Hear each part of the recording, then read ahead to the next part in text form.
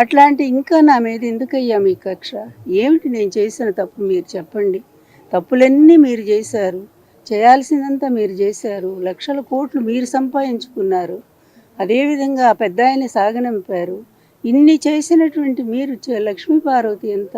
ఆమె పాత్ర చాలా చిన్నది కదా. ఆమెను ఎందుకు ఇంతగా వేధిస్తున్నారో దయచేసి ఇప్పుడైనా ఎవరో మీ మీడియా వాళ్ళు, ఎవరో మీ సోషల్ మీడియానో ఎవరో ఎందుకు ఆమెను వేధిస్తున్నారు? మా ఎన్టీఆర్ గారి భార్య అనే గౌరవాన్ని మీరు ఉంచమని చెప్పి నేను మీ ద్వారా ఆయనకు తెలియచేస్తున్నాను. ఇటు చూడండి ఒక్కసారికి మీకు, ఎందుకంటే ఆధారం లేకుండా మాట్లాడకూడదు కదా. మీరు చూడండి, ఇటు ఎన్ని నంబర్లో చూడండి. కనీసం 1000 నంబర్లన్నా నేను డిలీట్ చేసి ఉంటాను, 1000 నంబర్లన్నా డిలీట్ చేసి ఉంటాను. అయినా కూడా ఆగకుండా రాత్రిపూట అసలు ఏదన్నా నాకు అర్జెంట్ కాల్ వస్తుందేమో కూడా తెలియదు కదా.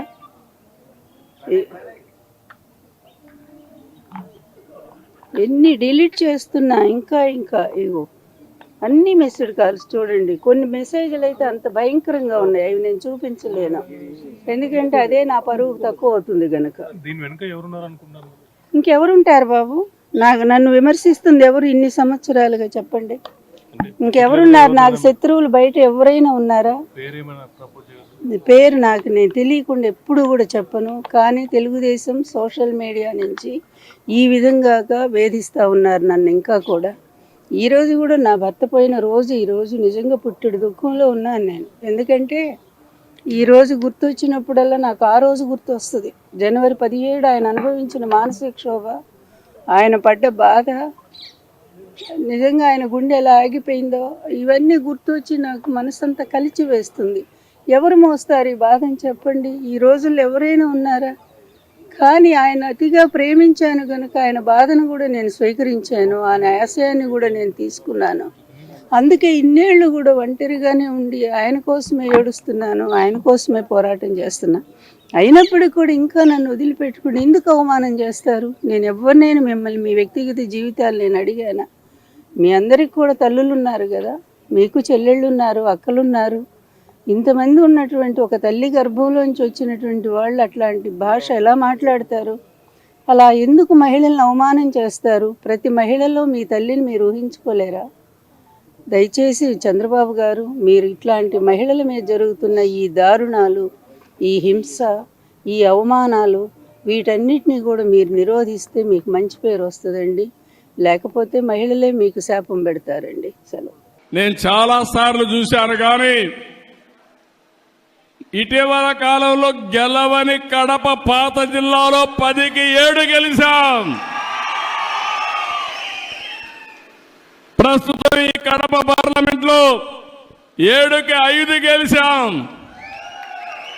ఇంకొంచెం కష్టపడుంటే పార్లమెంట్ కూడా గెలిచేవాళ్ళం, ఆ 2 సీట్లు కూడా గెలిచేవాళ్ళం. ఇప్పుడు చెప్తున్నా మీ అందరికీ, 5 ఏళ్ళలో ఏం జరిగిందో చూశారు. ఈ 5 ఏళ్ళలో మీ జీవితాల్లో ఏ విధంగా వెలుగులు వస్తాయో మీరే చూడబోతున్నారు. ఆ తర్వాత 7కు 7 గెలిపించాలి, 10కి 10 గెలవాలి, పార్లమెంట్లు కూడా గెలవాలి. అప్పుడే అభివృద్ధి సాధ్యం. మీరు ఒక విషయం గుర్తుపెట్టుకోవాలి, ఈరోజు కేంద్రంలో ఎన్డీఏ పాలన ఉంది, రాష్ట్రంలో ఎన్డీఏ పాలన ఉంది. ఎన్నికల ముందు ఈ విధంగా నవ్వుతూ మాట్లాడిన సందర్భమే లేదు. కూర్చోవాలంటే భయం, ఇంట్లో నవ్వాలంటే భయం, దారిలో ఇంట్లో నుంచి బయట రావాలంటే భయం. మా ప్రెస్ వాళ్ళు ఎవరైనా ఒక ఆర్టికల్ రాయాలంటే వణుకు. 2430 జీవో గుర్తొస్తుంది మీ అందరికీ. కానీ తమ్ముళ్ళు, ప్రజాస్వామ్యంలో ఈరోజు మీరు స్వేచ్ఛగా ఉండగలుగుతున్నారంటే అది ప్రజాస్వామ్యం అని చెప్పి మరొక్కసారి తెలియజేస్తున్నా. విర్రవీగిన నియంతలందరూ కూడా కాలగర్భంలో కలిసిపోయారు. ఎప్పుడైనా సరే మనం చేసిన పనులే శాశ్వతం. ఎన్టీఆర్ గుర్తున్నాడంటే చనిపోయి 29 సంవత్సరాలైనా రోజు రోజుకు ఆయన పైన ప్రేమ ఆదరణ పెరిగిందంటే ఏంటి తమ్ముళ్ళు? దానికి కారణం మనం చేసిన పనులు అవునా కాదా? అలాంటివి మనం గుర్తుపెట్టుకోవాల్సిన అవసరం ఉంది.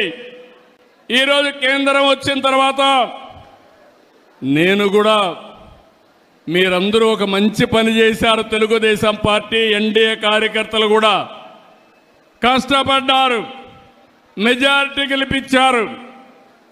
21 పార్లమెంటు సీట్లు గెలిపించారు మీరందరూ 25కు. ఇంకొంచెం కష్టపడి ఉంటే 25 గెలిచేవాళ్ళం.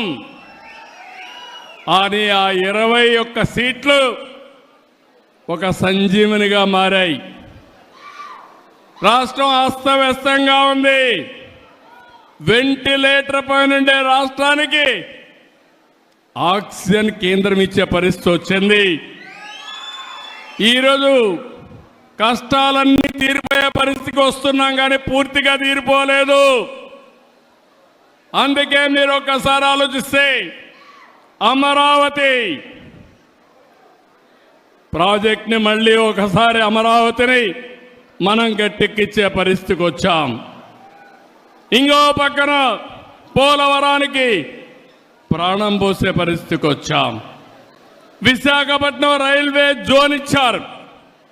ఇంకో పక్కన నిన్ననే మీరు చూస్తే విశాఖ ఉక్కు, ఆంధ్రుల హక్కు అని పోరాటం చేస్తే అది కూడా కన్నుమరుగయ్యే పరిస్థితి వస్తే 13,000 కోట్ల రూపాయలు ఇచ్చి కేంద్రం ఆదుకున్నారంటే అది ఒక చరిత్ర. ఆ చరిత్ర ఎన్డీఏ వల్లనే సాధ్యం, కానీ వేరే వల్ల కాదని మరొకసారి మీకు విజ్ఞప్తి చేస్తున్నా.